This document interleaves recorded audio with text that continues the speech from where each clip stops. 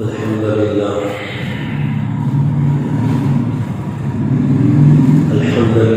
نحمده ونستعينه ونستغفره ونؤمن به ونتوكل عليه ونعوذ بالله من شرور أنفسنا ومن سيئات أعمالنا من يهده الله فلا مضل له ومن يضلل فلا هادي له ونشهد أن لا إله إلا الله وحده لا شريك له ونشهد أن سيدنا مولانا محمدا عبده ورسوله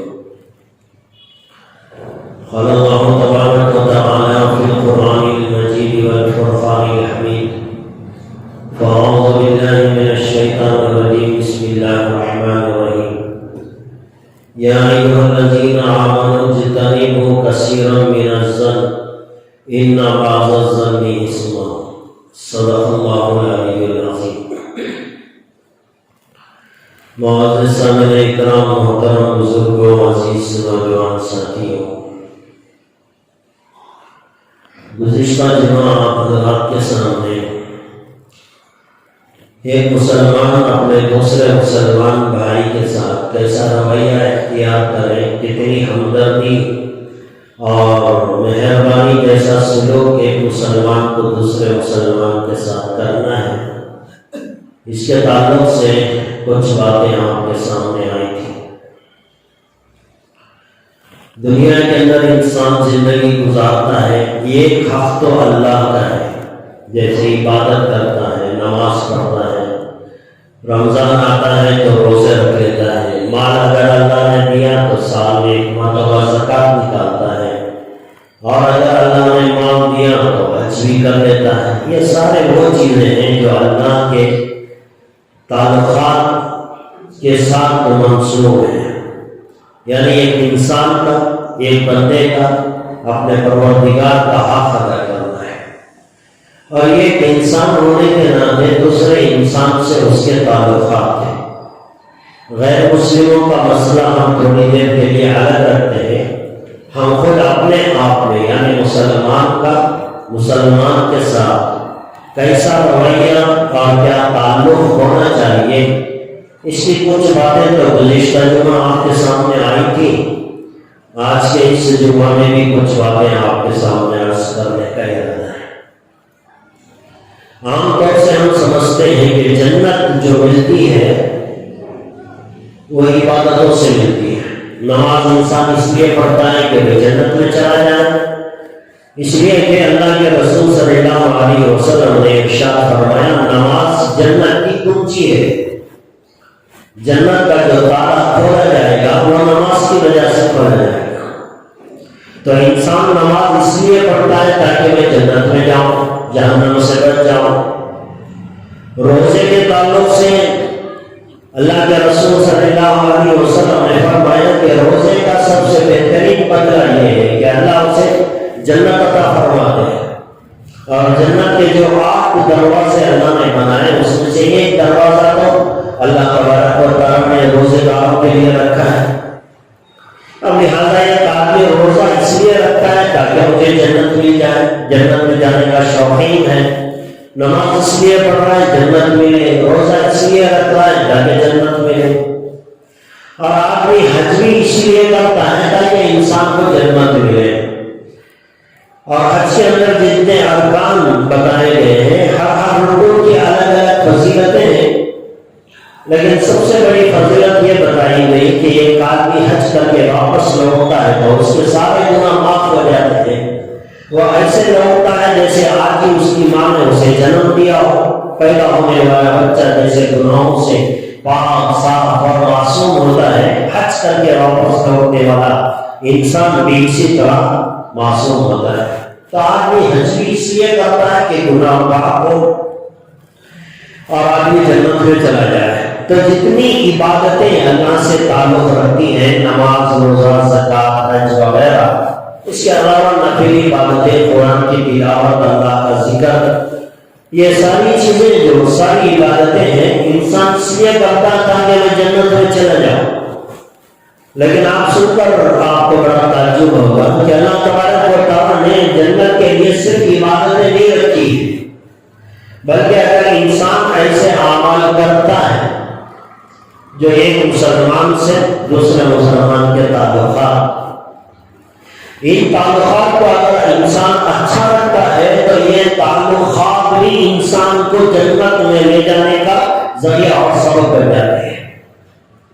انسان سے انسان کا اچھا تعلق، مسلمان سے اچھا تعلق رکھنا، یہ بھی انسان کو جنت میں لے جانے کا ذریعہ اور سبب بن جاتا ہے۔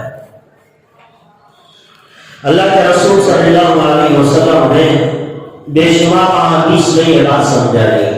ایک حدیث میں آپ کے سامنے عرض کروں۔ اللہ کے رسول صلی اللہ علیہ وسلم نے ارشاد فرمایا کہ تم ہرگز جنت میں نہیں جا سکتے جب تک تم صحیح معنوں میں مومن نہ بن جاؤ۔ کوئی حدیث سن لیں، اللہ کے رسول صلی اللہ علیہ وسلم فرما رہے ہیں تم ہرگز جنت میں نہیں جا سکتے جب تک کہ تم کامل ایمان والے مومن نہ بن جاؤ، اور پھر آگے فرمایا تم کامل ایمان والے نہیں بن سکتے جب تک تم آپس میں ایک دوسرے سے محبت نہ کرو۔ یہاں انسان سے انسان کا تعلق ایمان کا جز، اللہ کے رسول صلی اللہ علیہ وسلم فرما رہے ہیں جنت میں جانے کے لیے ایمان شرط ہے، اور ایمان کے لیے آپس میں محبت شرط ہے۔ مسلمان کا مسلمان سے محبت کرنا یہ شرط ہے، اسی لیے بتایا گیا ایسے ایسے ثواب رکھے گئے مسلمان کو ہیلپ کرنے میں، مسلمان کے غم کو دور کرنے میں، مسلمان کی پریشانی میں اس کا ساتھ دینے میں، ایسے ایسے اجر و ثواب اللہ تبارک و تعالی نے رکھے ہیں۔ ایک حدیث میں فرمایا گیا کہ ایک آدمی کسی یتیم بچے کے سر پہ ہاتھ رکھتا ہے جس کا باپ نہیں ہے، کھلا نہیں رہا، دعوت نہیں کر رہا یتیم بچے کی، اس کے کپڑے کا انتظام نہیں کر رہا ہے، اس کے رہنے کا مکان کا انتظام نہیں کر رہا ہے۔ اللہ کے رسول صلی اللہ علیہ وسلم نے فرمایا اگر کسی انسان نے کسی یتیم بچے کے سر پہ محبت سے ہاتھ پھیرا، اس کے علاوہ کچھ نہیں کیا، صرف 1 روپیہ خرچ نہیں ہوا، یتیم بچے کے سر پہ شفقت سے محبت سے ہاتھ پھیرنے پر اللہ کے رسول صلی اللہ علیہ وسلم نے فرمایا اس کے ہاتھ کے نیچے اس یتیم بچے کے جتنے بال آئیں گے اللہ تبارک و تعالیٰ اس کے نام اعمال میں اتنی نیکیاں دے دیتے ہیں، بغیر محنت کے، بغیر پیسہ خرچ کیے گئے، اتنا اجر و ثواب۔ یہ کیا ہو رہا ہے؟ ایک مسلمان کا دوسرے مسلمان کے ساتھ ہمدردی کا معاملہ، خیر خواہی کا معاملہ، اسے صرف ہاتھ پھیرا، شفقت سے ہاتھ پھیرا، محبت کر رہا ہے یتیم بچے سے جس کا باپ دنیا کے اندر نہیں ہے، تو ایسے عمل پہ یہ اجر و ثواب۔ اللہ کے رسول صلی اللہ علیہ وسلم نے دوسری حدیث میں ارشاد فرمایا ایک مسلمان کے گھر میں اگر کسی کی موت ہو گئی، کسی کا انتقال ہو گیا، اب دوسرا مسلمان اس کے دکھ اور درد میں شامل ہونے کے لیے آخری درجہ یہ ہے کہ وہ اس کے موتا کے جنازے میں شرکت کرتا ہے۔ آخری درجہ یہ، بعض لوگ غم میں شریک ہوتے ہیں، تسلی کی بات کرتے ہیں، گھر والوں کے لیے کھانے کا انتظام کرتے ہیں، کفن میں دفن میں مالی طور سے ان کی امداد اور مدد کرتے ہیں، یہ ساری چیزیں الگ ہیں۔ لیکن ایک آدمی صرف ایک مسلمان کی نماز جنازہ ادا کرتا ہے، جنازے کی نماز پڑھ لیتا ہے اور اس موتا کے لیے مغفرت کی دعا مانگ لیتا ہے، اللہ کے رسول صلی اللہ علیہ وسلم نے فرمایا کہ اس عمل پر اس نماز پڑھنے والے کو اللہ تبارک و تعالی ایک احد کے پہاڑ کے برابر ثواب عطا فرماتے ہیں۔ یہ خیرات کا لفظ استعمال کرنا ہے۔ صحابہ نے پوچھا خیرات کیا ہے؟ اللہ کے رسول صلی اللہ علیہ وسلم نے فرمایا احد کے پہاڑ کے برابر ثواب۔ کیا کیا؟ کوئی ہمدردی، بس نماز جنازہ پڑھا ہے، مرے ہوئے انسان کے لیے مغفرت کی دعا مانگی ہے، صرف اتنا سا عمل کرنے کا اللہ تبارک و تعالیٰ ایک خیرات کا ثواب برابر ہوتا ہے اللہ عطا فرماتے ہیں۔ لیکن ایک آدمی نے نماز جنازہ بھی پڑھی، دفنانے میں ساتھ رہا۔ ساتھ رہنے کا مطلب یا تو خبر میں اترا، جنازے میں اور شریک رہا، یا پھر کم از کم دفنانے تک اس آدمیوں کے ساتھ رہا جس کا باپ مارا، بہن مری، بھائی مرا، جو بھی ہے اس کے ساتھ پورے دفن ہونے تک اگر وہ اس کے ساتھ رہا، اللہ کے رسول صلی اللہ علیہ وسلم نے فرمایا اللہ تبارک و تعالیٰ اسے 2 قیراط ثواب عطا فرماتے ہیں۔ 2 قیراط یعنی 2 احد کے پہاڑ کے برابر ثواب۔ کتنا اجر مل رہا ہے۔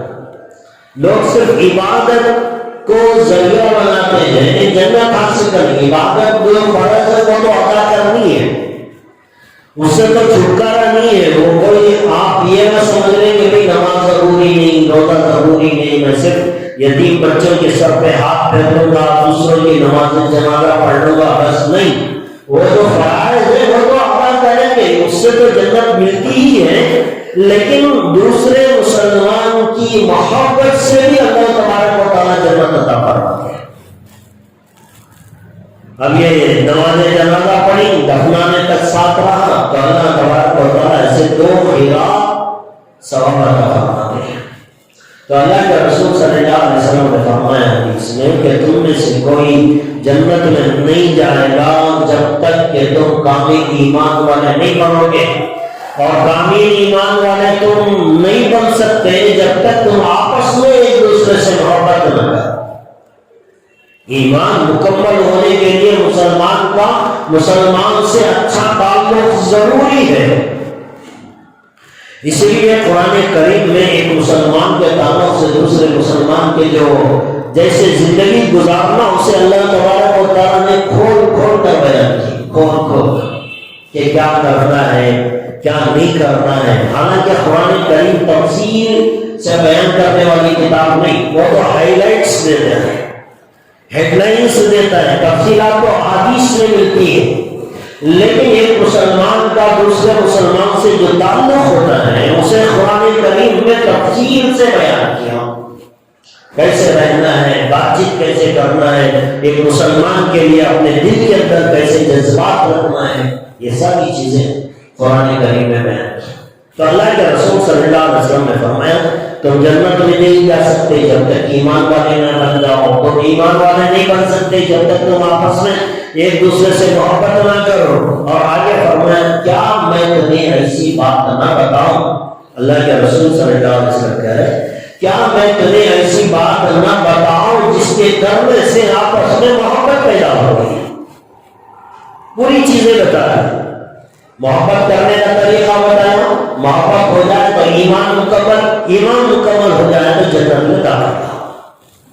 اللہ کے رسول صلی اللہ علیہ وسلم نے صحابہ سے پوچھا کیا میں تمہیں وہ طریقہ نہ بتاؤں جس سے آپس میں ایک دوسرے کے دل جڑتے ہیں، محبتیں پیدا ہوتی ہیں۔ صحابہ کرام نے فرمایا یا رسول اللہ صلی اللہ علیہ وسلم ضرور بتائیں کون سا ایسا عمل ہے جس کی وجہ سے محبتیں بڑھتی ہیں۔ تو اللہ کے رسول صلی اللہ علیہ وسلم نے فرمایا افشوا السلام بینکم، آپس میں ایک دوسرے کو سلام کرو، اس سے محبت بڑھتی ہے۔ دنیا کے کسی بھی مذہب کے اندر جو سلام کا طریقہ ہے وہ اسلام کے طریقے سے اچھا نہیں ہو سکتا۔ انگریز لوگ کہتے ہیں گڈ مارننگ، یعنی صبح اچھی ہو، یہ صرف صبح کی حد تک ہوتا ہے، دوپہر ہو گئی تو پھر دوبارہ گڈ آفٹر نون کہنا پڑتا ہے، شام ہو گئی تو گڈ ایوننگ کہنا پڑتا ہے، رات ہو جائے تو گڈ نائٹ کہنا پڑتا ہے۔ اسلام نے ایک ایسا لفظ بتایا سلام کے اندر کہ جس کے اندر انسان کے لیے دنیا اور آخرت کی بھلائیوں کو اللہ نے چھپا کر رکھا۔ فرمایا السلام علیکم، اگر پورا سلام کیا جائے السلام علیکم ورحمۃ اللہ وبرکاتہ، ایک مرتبہ آپ سلام کریں گے سامنے والے پر سلامتی، اللہ کی رحمتیں، اللہ کی برکتیں اس کے اوپر نازل ہوگی۔ سلام کرنے کی فضیلت سنائی۔ اللہ کے رسول صلی اللہ علیہ وسلم نے فرمایا سلام کرنے پر السلام علیکم کہا 10 نے کیا، ورحمۃ اللہ کہا 20 نے کیا، وبرکاتہ کہا 30 نے کیا۔ اب سلام کرنے والے کو آپ سلامتی کی دعا کریں، وہ پلٹ کر پھر آپ کو سلامتی کی دعا دیتا ہے۔ وعلیکم السلام ورحمۃ اللہ وبرکاتہ۔ ایک دوسرے کے لیے سلامتی، ایک دوسرے کے لیے خیر خواہی، یہ اللہ تبارک و تعالیٰ نے اسلام کی یہ خوبی رکھی ہے کہ سلام کرو ایک دوسرے کو، اس سے دونوں طرف لوگ امن سے رہیں گے، دونوں طرف سلامتی ہوگی، اور سب سے بڑی بات یہ ہے کہ ایک دوسرے کے دل میں محبت کے جذبات پیدا ہوں گے۔ اب اللہ کے رسول صلی اللہ علیہ وسلم نے دوسرے احادیث میں بھی بتایا کہ محبت جن چیزوں سے بڑھتی ہے ان ساری چیزوں کی فضیلتیں بیان کی، اور بتایا کہ یہ عمل کرو۔ رسول اللہ صلی اللہ علیہ وسلم نے فرمایا دوسری حدیث میں کہ بھئی ایک دوسرے کو تحفے جات پیش کرو، گفٹ دیا کرو۔ محبت بڑھنے کا یہ بھی ایک ذریعہ ہے کہ آپ نے کسی کو کوئی تحفہ دے دیا اور اس کے دل میں آپ کی محبت آئے گی، اس نے آپ کو کبھی تحفہ دے دیا، آپ کے دل میں اس کی محبت آ گئی، تو تحفے دینے سے بھی محبت بڑھتی ہے۔ اللہ کے رسول صلی اللہ علیہ وسلم صدقہ استعمال نہیں کرتے تھے، اپنی بیوی بچوں کے لیے صدقے کا مال استعمال نہیں کراتے تھے۔ اللہ کے رسول صلی اللہ علیہ وسلم کہتے کہ یہ ہمارے لیے ناجائز ہے، ہم صدقے کا مال نہیں کھاتے۔ زکوٰۃ کا مال اللہ کے رسول صلی اللہ علیہ وسلم نہیں لیتے تھے، وہ دوسروں میں تقسیم کر دیتے تھے۔ لیکن تحفے کے بارے میں بتایا کہ تحفے کا مال پاک صاف ہے، اس کا استعمال کرنا جائز ہے۔ اللہ کے رسول صلی اللہ علیہ وسلم کی خدمت میں جب بھی کوئی تحفہ پیش کرتا، اللہ کے رسول صلی اللہ علیہ وسلم اسے قبول کر دیتے اور پلٹ کر تحفہ دینے والے کو بھی کچھ نہ کچھ دے دیتے۔ تو اللہ کے رسول صلی اللہ علیہ وسلم نے بتایا کہ سلام کرو، آپس میں محبت بڑھے گی، تحفے جات ایک دوسرے کو پیش کرو، اس سے آپس میں محبت بڑھے گی، اور تیسری چیز بتایا ایک دوسرے کو کھانا کھلاؤ، اس سے بھی محبت بڑھتی ہے۔ اللہ کے رسول صلی اللہ علیہ وسلم نے جو بتایا ایک مسلمان کے دوسرے مسلمان پہ جو حق بتایا ہے، اس میں سے ایک حق یہ بھی بتایا کہ سامنے والا مسلمان اگر دعوت دے تو اس کی دعوت کو قبول کرنا یہ مسلمان کا حق ہے۔ اللہ کے رسول صلی اللہ علیہ وسلم کہا کرتے تھے کہ اگر کوئی مجھے شہر کے باہر کسی دور قریے میں یا جنگل میں رہنے والا جہاں اس کے گھر کے علاوہ کوئی گھر نہ ہو، ایسا آدمی بھی اگر مجھے کھانے پر بلائے گا اور دعوت میں چھوٹی سی چھوٹی چیز بھی اگر وہ کھلائے گا تو میں اس کی دعوت کو ضرور قبول کروں گا۔ تو دعوت کا قبول کرنا بھی یہ مسلمان کا حق ہے۔ آپ سامنے والے کی دعوت قبول کریں گے، یقیناً جب آپ اس کی دعوت کو اٹینڈ کریں گے تو دو دلوں کے اندر محبتیں پیدا ہوں گی، لیکن ہاں اتنا خیال رہے کہ دعوت جو کر رہا ہے وہ حلال کی ہو، حرام دعوتیں نہ ہو۔ اللہ کے علاوہ کسی اور کو خوش کرنے کے نام پر جو دعوتیں کی جاتی ہیں ایسی دعوتوں میں شرکت حرام ہے۔ دعوت وہ ہو جو مخلص ہو اور اللہ کے لیے کھلایا جا رہا ہو، ایسی دعوتیں تو جائز ہیں، بلکہ ایک مسلمان کا حق بنتا ہے کہ وہ اپنے مسلمان بھائی کی دعوت کو قبول کرے۔ تو یہ وہ چیزیں ہیں جس سے آپس میں ایک دوسرے کے دل جڑتے ہیں، محبتیں پیدا ہوتی ہیں، اور بعض چیزیں ایسی ہیں جس سے انسان کے دل میں نفرتیں پیدا ہوتی ہیں، بغض پیدا ہوتا ہے، دشمنی بڑھتی ہے، آپس میں بغاوتیں پیدا ہوتی ہیں، جنگیں کی جاتی ہیں۔ اللہ تبارک و تعالیٰ نے ایسی تمام چیزوں سے منع کر دیا کہ کوئی مسلمان کسی مسلمان سے کسی طرح کی دشمنی کا رواج نہ رکھے۔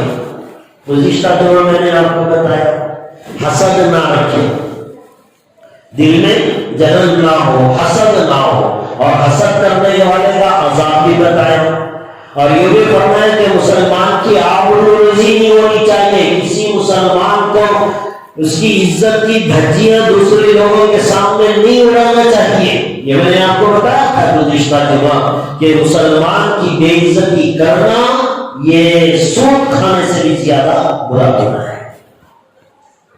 تو حسد نہیں کر سکتے، دوسروں کے بارے میں برے القاب نہیں بیان کر سکتے، اس سے انسان کا دل ٹوٹتا ہے۔ اللہ تبارک و تعالیٰ قرآن کریم کے اندر ارشاد فرماتے ہیں کہ دیکھو دوسروں کو برے القاب سے مت پکارو، حالانکہ بعض چیزیں انسان کا سمبل بن جاتی ہیں لیکن اس کے کہنے سے اس کے دل کو ٹھیس پہنچتی ہے۔ بعض لوگ اندھے ہوتے ہیں، بعض لوگ کانے ہوتے ہیں، ایک آدمی کالا ہوتا ہے، ایک آدمی گڈھا ہوتا ہے، ایک آدمی لمبا ہوتا ہے۔ اللہ تبارک و تعالیٰ نے اسے اس حیوان پہ پیدا کر دیا، لیکن اگر آپ کسی کالے انسان کو اور کالے کہہ کر پکاریں گے اس کے دل کو ٹھیس پہنچے گی۔ کسی چھوٹے قد والے انسان کو آپ گڈو کہہ کر پکاریں گے اس کو تکلیف ہوگی۔ قرآن کریم میں اللہ تبارک و تعالیٰ نے ارشاد فرمایا کسی کو برے ناموں کے ساتھ مت پکارو، کسی کو پکارنے کی اجازت نہیں۔ اندھا بننے والا وہ خود سے نہیں بنا، اللہ بنایا ہے۔ لنگڑا بننے والا وہ خود سے اپنی ٹانگ نہیں توڑا، وہ اللہ نے اسے بنایا ہے۔ جس کا قد چھوٹا ہو گیا اسے اللہ نے بنایا، جسے لمبا بنایا اسے اللہ نے بنایا۔ فرمایا کہ جو آدمی کسی انسان کو برے لقب سے پکارتا ہے وہ اللہ کی نگاہ میں فاسق انسان ہے۔ فاسق یہ بھی ایک لقب ہے، گنہگار انسان کو قرآن کریم میں فاسق کہا جاتا ہے۔ آپ نے کسی کو کالا کہا، کسی کو کانا کہا، کسی کو لنگڑا کہا، کسی کو لولا کہا، یہ جو آپ القاب اسے پکار رہے ہیں وہ اتنا برا نہیں ہے۔ اب یہ پکارنے کے بعد جو اللہ کی نگاہ میں تمہارا لقب بن رہا ہے وہ اس سے بھی برا ہے۔ اللہ کی نگاہ میں برے القاب سے پکارے جانے والا انسان فاسق سمجھا جائے گا۔ یہ فاسق جو لقب ہے وہ لنگڑے سے بھی بدتر، کانے سے بدتر، اندھے سے بدتر، گڈھے سے بدتر، لمبوں سے بدتر، یہ سارے جتنے القاب دنیا میں ہیں وہ سارے لقبوں سے بدترین لقب یہ ہے کہ جس انسان کو اللہ فاسق کہتے ہیں۔ آپ ایک انسان کو برے القاب سے پکارے، اس کا تو وہ برا لقب چھوٹا ہے لیکن پکارنے والے کا لقب فاسق بنتا ہے۔ اللہ کی نگاہ میں یہ بہت برا لقب ہے۔ تو اس لیے اللہ تبارک و تعالیٰ نے کہا کہ دیکھو سب کو میں نے بنایا ہے، جس کو جس حالت پہ پیدا کیا وہ میں نے پیدا کیا ہے، لہذا کسی بھی انسان کو برے القاب سے مت پکارے۔ اور آگے اللہ تبارک و تعالیٰ نے فرمایا یا ایھا الذین آمنوا اجتنبوا کثیرا من الظن، اے ایمان کے رکھنے والوں دیکھو دوسروں کے بارے میں غلط گمان کرنے سے بچو۔ دل میں حسد نہیں رکھ سکتے، زبان سے اسے برا نام لے کر پکار نہیں سکتے۔ آخری درجہ اللہ یہ فرما رہے ہیں دیکھو ایمان والوں دوسرے مسلمان کے لیے اپنے دل میں بھی برے خیالات پیدا مت کرو۔ دل میں، زبان سے بولنا تو بہت دور کی بات ہے، دل میں خیال آیا انہیں کہا سے کام غلط ہے یا اس کے بارے میں آپ غلط سوچ رہے ہیں۔ ایک آدمی اچھا کام کر رہا ہے، آپ نے اس کے بارے میں ایک پلان کر لیا ہو انہیں تو اپنے کو دکھانے کے واسطے کر رہا ہے، یہ غلط گمان ہے، یہ بدگمانی ہے۔ اللہ تبارک و تعالیٰ فرما رہے ہیں ہر انسان کا دل وہ اللہ جانتا ہے۔ ایک مرتبہ ایک صحابی ایک آدمی نماز پڑھ رہا تھا، بڑے سکون و اطمینان کے ساتھ نماز پڑھ، غالباً حضرت عمر فاروق رضی اللہ تعالیٰ عنہ، انہوں نے جب اس کی نماز کو دیکھا تو ان کے زبان سے یہ نکلا کہ یہ آدمی تو ریاکار ہے، لوگوں کو دکھانے کے لیے اتنی اچھی نماز پڑھ رہا ہے۔ اب وہ جو پڑھ رہا ہے وہ اس کا حال ہے، لیکن دیکھنے پر ان کے دل میں بات آئی کہ یہ آدمی تو ریاکار ہے، دکھائی کے لیے نماز پڑھ رہا ہے۔ آج بھی اگر کوئی آدمی اچھا کام کرے لوگ دھڑلے سے کہہ دیتے یہ چھوڑ کے نام کمانے کے راستے کر رہا ہے، لوگوں کو دکھانے کے واسطے کر رہا ہے، فلانے کے واسطے کر رہا ہے۔ یہ جو دل میں خیال آتا ہے اسے کہتے ہیں بدگمانی۔ کسی بھی مسلمان کے کسی بھی عمل کو دیکھ کر اس کے بارے میں یہ گمان کر لینا کہ یہ اس وجہ سے کر رہا ہے. اللہ نے کہا یا ایھا الذین آمنوا اجتنبوا، اے ایمان کے رکھنے والوں اجتناب کرو، بچاؤ اپنے آپ کو اس بات سے کہ تم کسی مسلمان کے بارے میں گمان کرو، بد گمان کرو. ان بعض الظن اسم، اللہ نے فرمایا بعض گمان گناہ کے ہوتے ہیں. خیال آیا دل میں تو یہ خیال بھی گناہ ہوتا ہے. یاد رکھیے اللہ کے بارے میں غلط خیال آ گیا، کتنی عجیب بات ہے، ذرا توجہ سے سنیں آپ. اللہ کے بارے میں غلط خیال آ گیا، نبی کے بارے میں غلط خیال آ گیا، آخرت کے بارے میں غلط خیال آ گیا. اللہ تبارک و تعالیٰ اس بات پہ پکڑ نہیں فرمائیں گے، اس لیے کہ ایمان کے تعلق سے جو باتیں ہیں اس کے اندر جو خلل پیدا ہوتا ہے وہ شیطان کی وجہ سے ہوتا ہے. ایک صحابی آئے، اللہ کے رسول صلی اللہ علیہ وسلم سے کہا یا رسول اللہ صلی اللہ علیہ وسلم میرے دل میں بڑے گندے خیالات آتے ہیں. پوچھا کس کے بارے میں؟ کہا کبھی اللہ کے بارے میں، کبھی آپ کے بارے میں، کبھی آخرت کے بارے میں. ہوتا ہے ہر انسان کو آتے ہیں، بلکہ نماز کے اندر بھی آتے ہیں بڑے بڑے خیالات. انسان کبھی اللہ کے بارے میں سوچنے لگ جاتا ہے اللہ ہے کہ نہیں ہے، کہ اللہ کو کس نے بنایا، مرے کے بعد زندگی ہے یا نہیں ہے. کبھی خیال بہت اٹھاتا ہے انسان کو. کبھی کبھی ایسے سجدے میں انسان کو بڑے خیالات آتے ہیں. اللہ کے رسول صلی اللہ علیہ وسلم کے پاس وہ صحابی آئے اور آ کر عرض کیا یا رسول اللہ صلی اللہ علیہ وسلم میرے دل میں خیالات آتے ہیں، برے خیالات آتے ہیں. اللہ کے رسول صلی اللہ علیہ وسلم نے فرمایا کیسے خیالات آتے ہیں؟ صحابی کہنے لگے میں ان خیالات کو زبان سے بیان نہیں کر سکتا. آپ سمجھے کیسے خیالات آتے ہوں گے، اور بیان خیالات کسے آ رہے ہیں؟ صحابی کو آ رہے ہیں. آج کے کسی مسلمان کو آ جاتے چلو یہ ٹھیک ہے کمزور ایمان والا ہے، اس کے لیے تو آتے ہی ہوں گے، دنیا بھر کی محبتیں لگایا بیٹھا ہے. لیکن وہاں تو صحابی رسول ہیں، ان کو خیالات آ رہے ہیں. اور خیالات ایسے رسول اللہ صلی اللہ علیہ وسلم پوچھ رہے بتاؤ کیا خیالات آتے ہیں؟ وہ کہہ رہے اتنے برے خیالات آتے ہیں کہ میں اسے زبان سے بیان کرنے کے بجائے اپنے آپ کو جلا کر راکھ کر لینا پسند کرتا ہوں. سمجھ رہے ہیں آپ؟ ایسے خیالات آتے ہیں اسے بیان کرنے کے بجائے اپنے آپ کو راکھ کر لینا مجھے منظور ہے، لیکن وہ خیالات زبان سے بیان کرنا مشکل ہے. ایسے خیالات کیا فرمایا رسول اللہ صلی اللہ علیہ وسلم نے؟ رسول اللہ صلی اللہ علیہ وسلم نے فرمایا کہ اگر ایسے خیالات تمہیں آ رہے ہیں اور یہ خیالات آنے کے بعد تمہیں بے چینی بے قراری ہو رہی ہے تو یاد رکھو یہ تو عین ایماندار ہونے کی علامت ہے، یہ تو ایمان والا ہونے کی علامت ہے.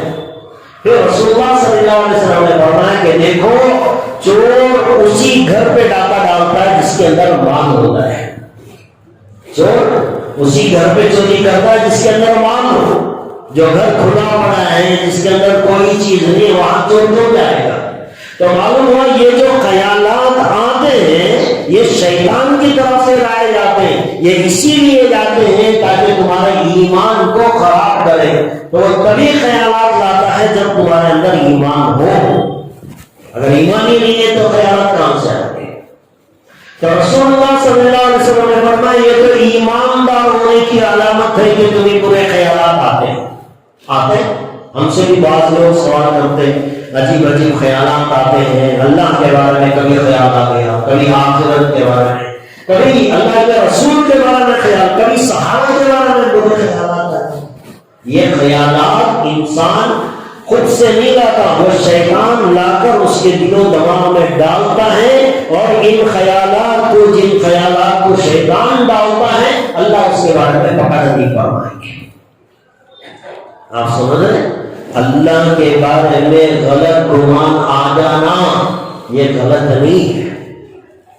کسی اور کے بارے میں غلط خیال آ جانا یہ برا نہیں ہے، لیکن آپ اپنے دل میں کسی مسلمان کے لیے برا خیال لاتے ہیں تو یہ غلط ہے. اور اللہ کہہ رہا ہے یہ گمان کرنا غلط ہے. ہمیشہ اپنے مسلمان کے بارے میں اچھا سوچو، پازیٹیو خیال رکھو، ہمیشہ نگیٹو کیوں سوچتے ہو؟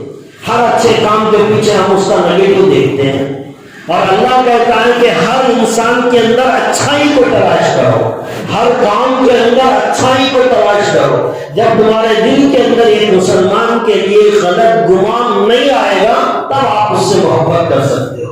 ایک بار غلط خیالات، غلط گمان دل میں بیٹھ گیا، زندگی میں آپ اس سے محبت نہیں کر سکتے. زندگی میں نہیں کر سکتے محبت. آپ کے دل میں بیٹھ گیا وہ اپنی غلط، انہیں ریا کا، انہیں دکھانے والا، انہیں وہ اب کبھی آپ اس سے محبت سے بات نہیں کر سکتے. تو اللہ تبارک و تعالیٰ نے فرمایا کہ دیکھو یہ مسلمان کے تعلق سے تمہیں اتنی احتیاط کرنے کی ضرورت ہے کہ تم اپنے دل کے اندر بھی برے خیالات نہ لاؤ. تو اتنا خیال اللہ اور اس کے رسول صلی اللہ علیہ وسلم نے ہمیں دکھایا، سمجھایا. تو آپ اندازہ کریں کہ ایک مسلمان کے بارے میں ہم اپنے دلوں کے اندر کتنا اچھے جذبات رکھنی چاہیے. اور شروع سے یہ بات میں آپ کو بتا رہا ہوں کہ کوئی غلط خیالات یا جذبات ایک مسلمان کے تعلق سے ہمارے دل میں نہیں ہونا چاہیے. اور اس بات کی پوری کوشش کرنی چاہیے کہ ہمارے کسی عمل سے ہم کسی مسلمان کو تکلیف نہ پہنچائیں. یہاں تک کہ اگر کوئی انسان برائی دیکھ رہا ہے اپنی آنکھوں کے سامنے، حکم یہ ہے کہ بھئی برائی کو روکنا یہ ایک مسلمان پہ فرض ہے. برا کام انسان کر رہا ہے تو اس سے روکنا ایک دوسرے مسلمان پہ فرض ہے. لیکن اس کے اندر بھی یہ احتیاط بتائی گئی کہ ایسے روکو کہ سامنے والے مسلمان کے دل کو تکلیف نہ ہو. اس بات کا خیال رکھو، اس لیے کہ مسلمان کے دل کو تکلیف پہنچ جائے گی، ٹھیس پہنچ جائے گی، پھر اس کے دل کی تکلیف کو دور کرنا مشکل ہو جائے گا. آپ کے لیے گناہ کر رہا ہے، اسے گناہوں سے روکنا ہے، لیکن اس روکنے کے اندر بھی انسان اس بات کا خیال رکھے کہ میرے اس روکنے سے اس کے دل کو ٹھیس نہ پہنچے. ایک آدمی نے ایک گناہ کیا، چھپ کر کیا، آپ نے اسے دیکھ لیا. کوئی آدمی کوئی گناہ کا کام کر رہا تھا، شام کے اندھیرے میں رات میں جا کر وہ بار میں گھسا، کپڑا لپیٹا ہوا چہرہ، بار میں گھسا، بوتل لے لیا، پھر باہر نکل گیا. کسی نے نہیں دیکھا، لیکن اتفاق سے آپ نے دیکھ لیا. آپ کو پتا چل گیا اوہ انہیں کوئی منہ کو کپڑا ڈال کر جا رہا ہے بار میں. ایک برائی جو اللہ کے نام فرمانی وہ کر رہا تھا، اسے تو تم نے دیکھ لیا. اللہ تبارک و تعالیٰ چاہتے ہیں کہ مسلمان دوسرے مسلمان کی پردہ پوشی کرے، اس کی عیب پوشی کرے، اس کے گناہ اور اس کی برائیوں کو لوگوں کے سامنے بیان کرنے سے بچائے. آپ نے اسے دیکھ لیا، صبح ہوتے ہی وہی ایک ڈیوٹی بن گئی. رات کو دیکھا ہوئی انہیں اچھا سمجھتے تھے، ہمیں رات کو باہر میں سے نکل رہا، اب 4 آدمی کے سامنے آپ نے اس کی بے عزتی کی. اللہ نہیں چاہتے کہ ایک مسلمان کی برائی کو آپ کھلے بازار علیہ اعلان اسے برائی بیان کرتے پھرے. اب وہ آیا 4 آدمی کے سامنے، آپ نے 10 آدمیوں کے سامنے اسے کہا آپ کو کام رہتے معلوم ہوا ہونے. اب وہ 4-5 آدمیوں کے سامنے وہ شرمندہ ہو گیا. حالانکہ آپ اسے گناہ کرتا ہوا دیکھے ہیں، گناہ سے بچانے کا کام کر رہے ہیں، لیکن لوگوں کے سامنے شرمندہ کر کے کر رہے ہیں. اللہ نے فرمایا یہ چیز بھی جائز نہیں ہے. برائی سے بچانا ہے، اس میں بھی یہ خیال رہے کہ سامنے والے کے دل کو ٹھیس نہ پہنچے. گناہ کیا، شراب پیا، گناہ کیا، لیکن آپ ضروری ہے کہ آپ اس کے گناہ کو چھپائیں. اللہ کے رسول صلی اللہ علیہ وسلم نے فرمایا جو دنیا میں اپنے مسلمان بھائی کے عیب کو چھپائے گا، کل قیامت کے دن اللہ اس کے عیبوں پر پردہ ڈالیں گے. اس کے عیب نہیں کھولیں گے، اس کے عیبوں کو وہ لوگوں کے سامنے بیان نہیں کریں گے. اگر آج ہم نے ایک مسلمان کے عیب کو بھرے بازار کھول دیا، کل اللہ تبارک و تعالیٰ ہمارا دفتر کھولے گا. وہ گناہ جو ہم نے چھپ چھپ کر کیے ہیں سارے لوگوں کے سامنے اللہ بیان کریں گے. ہاں اگر ہم نے اس کے عیب کو چھپا دیا، دیکھا دیکھ کر بھی اندیکھے بن گئے، دیکھ کر بھی آپ نے اندیکھا بن گئے کہ میں نے کچھ دیکھا ہی نہیں۔ جب ضرورت پڑی اسے سمجھائیں گے، سمجھانے میں بھی اس بات کا اظہار نہیں کریں گے کہ میں نے تجھے شراب کی دکان میں جاتے ہوئے دیکھ لیا، یہ اسے احساس نہیں ہونا چاہیے۔ اسے بتائیں گے نہیں میں نے دیکھا، آپ نے دیکھا، آپ نے اپنے دل میں اسے پیک کر دیا، کبھی نہ اس کے سامنے بیان کریں گے نہ دوسروں کے سامنے بیان کریں گے۔ حضرت حسن اور حسین دو چھوٹے چھوٹے بچے ہیں، ایک بوڑھے میاں ہے، عمر رسیدہ بزرگ ہے، وضو بنا رہے ہیں، وضو میں ان سے غلطیاں ہو رہی ہیں، صحیح ڈھنگ سے وضو نہیں کرتا۔ اللہ کے رسول صلی اللہ علیہ وسلم کے یہ نواسے ان بزرگ کے پاس گئے، دیکھا کہ یہ تو وضو غلط کر رہے ہیں، چھوٹے بچے ہیں، احساس دیکھیے اللہ اور اللہ کے رسول صلی اللہ علیہ وسلم نے جو تعلیمات دی ہیں وہ کہاں تک کی تعلیمات ہیں؟ یہ تو خیر مسلمان ہے، اسلام نے تو یہاں تک حکم دیا ہے کہ پھر غیر کے ساتھ بھی یہ معاملہ کرو کہ اس کے دل کو کوئی ٹھیس نہ پہنچے۔ اسی لیے اسلام کا ایک ضابطہ اور قانون یہ ہے کہ اگر کافروں سے جنگ ہو جائے، جہاد چل رہا ہے، کافروں سے فیک چل رہی ہے، تو یہ بات سے منع کیا گیا کہ آپ اپنے دشمن کا قتل تو کریں گے لیکن قتل کر دینے کے بعد اس کے جسم کے ٹکڑے نہیں کریں گے، اس کی آنکھ کاٹ دی، اس کی ناک کاٹ دی، اس کے ہاتھ الگ کر دیے، اسلام نے کہا اس کی اجازت نہیں۔ قرآن کریم میں اللہ تبارک و تعالیٰ نے ارشاد فرمایا وَكَرَّمْنَا بَنِي آدم، ہم نے انسانوں کو عزت دی ہے، اسے بے عزت کرنے کی، حالانکہ کافر ہے، دشمن ہے، اس کے ساتھ بھی اس بات کا خیال رکھا جا رہا ہے کہ ان سے کوئی ٹھیس نہ پہنچے، ان کے رشتہ داروں کو تکلیف نہ ہو۔ جنگ بدر کا موقع تھا، ابو طلحہ نام کا ایک کافر بہت زبردست طاقتور انسان تھا، وہ مقابلے کے لیے آیا، ادھر سے اس کا مقابلہ کرنے کے لیے حضرت علی رضی اللہ تعالیٰ عنہ آگے بڑھے۔ حضرت علی جوان تھے لیکن وہ جو سامنے والا تھا وہ بڑا طاقتور انسان تھا۔ جب یہ جانے لگے تو بعض صحابہ نے حضرت علی سے کہا اے علی دیکھنا خیال رکھنا، یہ سامنے جو مقابلے کے لیے آیا یہ بڑا سخت طاقتور انسان ہے، احتیاط کر لینا۔ تو حضرت علی رضی اللہ تعالیٰ عنہ نے کہا آپ فکر نہ کریں، اللہ میرے ساتھ ہے، مجھے کچھ نہیں ہوگا۔ اب دونوں کا مقابلہ چلا، ابو طلحہ کا بھی اور حضرت علی کا۔ حضرت علی رضی اللہ تعالیٰ عنہ نے اس کی گردن پر وار کیا اور اس کی گردن پہ تلوار کا مار لگا، وہ قتل کر دیا گیا۔ نیچے جیسے ہی اس نے گرا زمین پر، کافر جیسے ہی نیچے گرا ہے تو اس کے کپڑے جو ہے وہ کھل گئے، اس کا سطر جو تھا وہ کھل گیا، اس کی شرمگاہ جو ہے وہ لوگوں کے سامنے ظاہر ہو گئی۔ جیسے ہی وہ نیچے گرا، کافر ہے، دشمن ہے، رسول اللہ صلی اللہ علیہ وسلم کا دشمن ہے، لیکن حضرت علی رضی اللہ تعالیٰ عنہ نے انسانیت کا وہ سبق دیا۔ جیسے ہی وہ نیچے گرا اس کی جو ہے کپڑے الگ ہوئے اور اس کا ستر کھلا، حضرت علی رضی اللہ تعالیٰ عنہ نے اس کے کپڑوں کو درست کیا، مارنے والا خود تھا، اس کے کپڑوں کو درست کیا اور بتایا کہ اللہ نے ہمیں اس کا حکم دیا ہے کہ ہم کافر کی بھی تمیز کرتے ہیں، اس کی عزت نفس کا خیال کرتے ہیں۔ کافر دشمن، رسول اللہ کا دشمن مر گیا ہے، لڑائی کے لیے آیا، لیکن پھر بھی اس کے کپڑوں کو درست کر کے اس کی شرمگاہ کی حفاظت کر کے لوگوں کو بتایا ہمارے اندر اتنی انسان۔